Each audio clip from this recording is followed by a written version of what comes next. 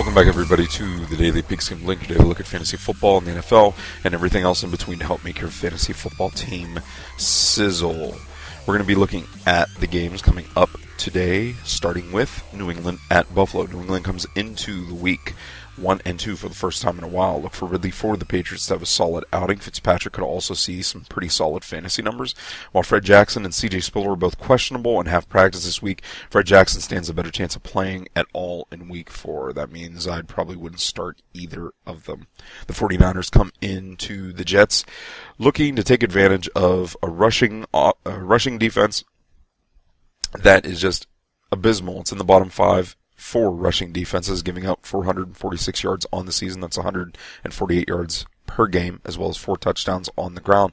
Look for the San Francisco defense to also score heavily here, including a few turnovers. Seattle comes into St. Louis looking to basically control that Rami offense.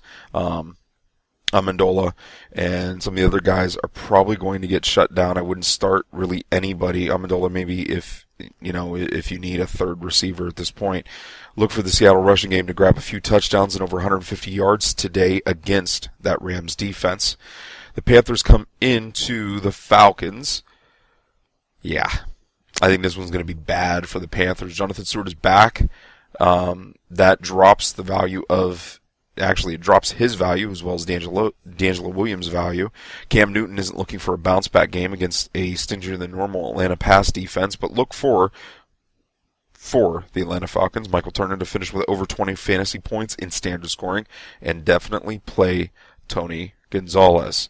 The Minnesota Vikings come into the Detroit Lions. Try to keep that division under control. Could be an upset. Christian Ponder is fantasy gold here for the Vikings. Look for both teams to try to score back and forth for a lot of fantasy points. The only thing is with these offenses being as powerful as they could be, you got to stay away from the defenses. The score could get ugly really, really quick. The San Diego Chargers come into the Kansas City Chiefs trying to get something done. Rivers, is he going to have his bounce back for the Chiefs? Is the ground game going to be that explosive as it was last week?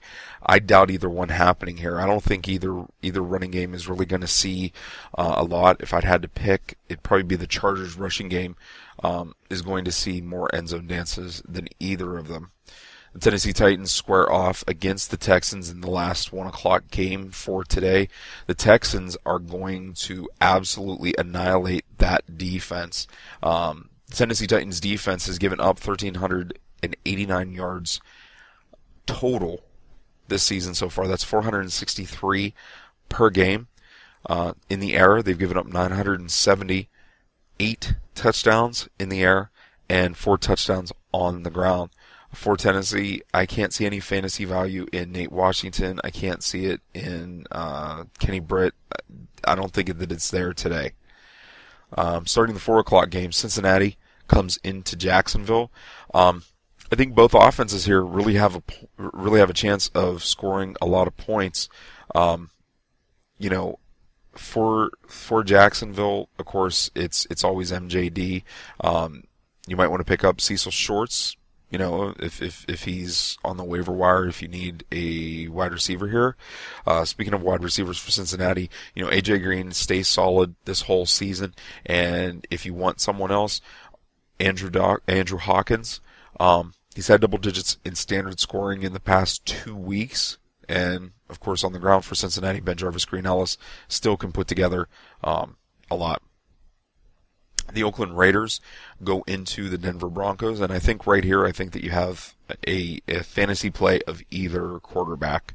Peyton Manning, of course, is getting the job done. It's not the same fantasy numbers as we saw in Indianapolis, but he's still able to put them together. As far as Carson Palmer goes, he has targets, he has a ground game, and I think both quarterbacks can be solid plays here on the day. The Miami Dolphins have a horrible task in trying to beat the Cardinals today at Arizona. It just isn't going to happen. Reggie Bush, I can't say too much about with his injury status, but if I would play anybody, it would definitely have to be Fitz. I think Fitz is probably going to end up with.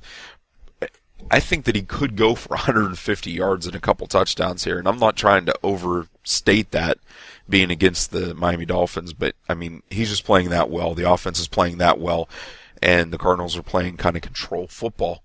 The Washington Redskins face off against the Buccaneers at 4:25 Eastern, and this game's kind of a toss-up. You know, Tampa Bay, they could give you a lot of fantasy points in the air. I think that you have to watch that, especially against a Washington Redskins defense that has given up 10 touchdowns to receivers this year. So Vincent Jackson, Mike Williams for Tampa Bay, they're solid, and even on the ground, you know, Doug Martin is still a pretty solid play here. For Washington, Leonard Hankerson, the number one receiver for Washington, you know, nobody's even coming close to touching him, so, you know, I'd probably start him.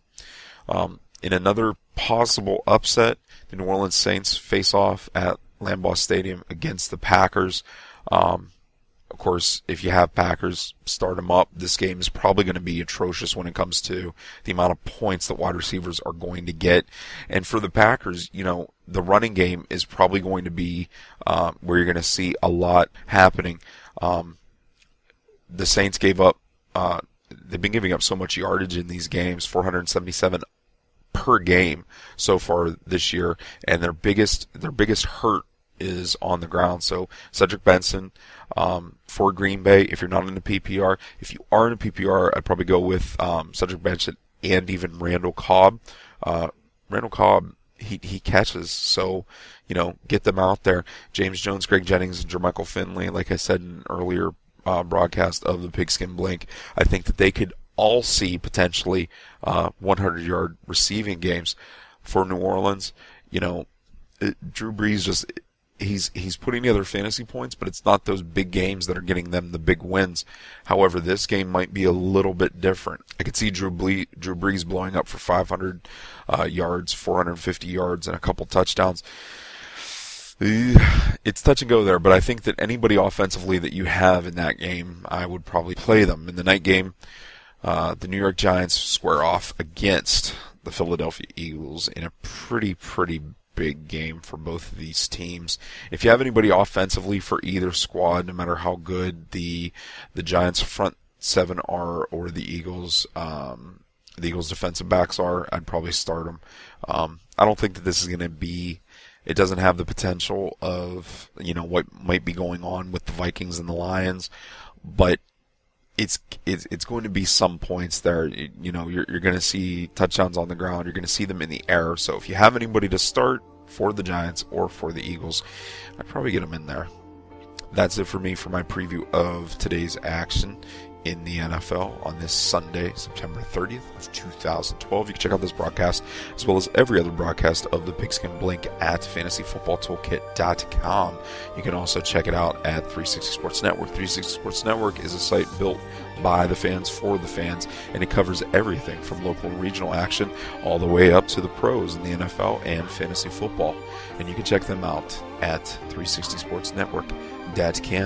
If you have any questions, comments, suggestions, anything under the sun that you want to send me, you can send them on over to lostcause@fantasyfootballtoolkit.com. That's it for me. Enjoy the action on Sunday.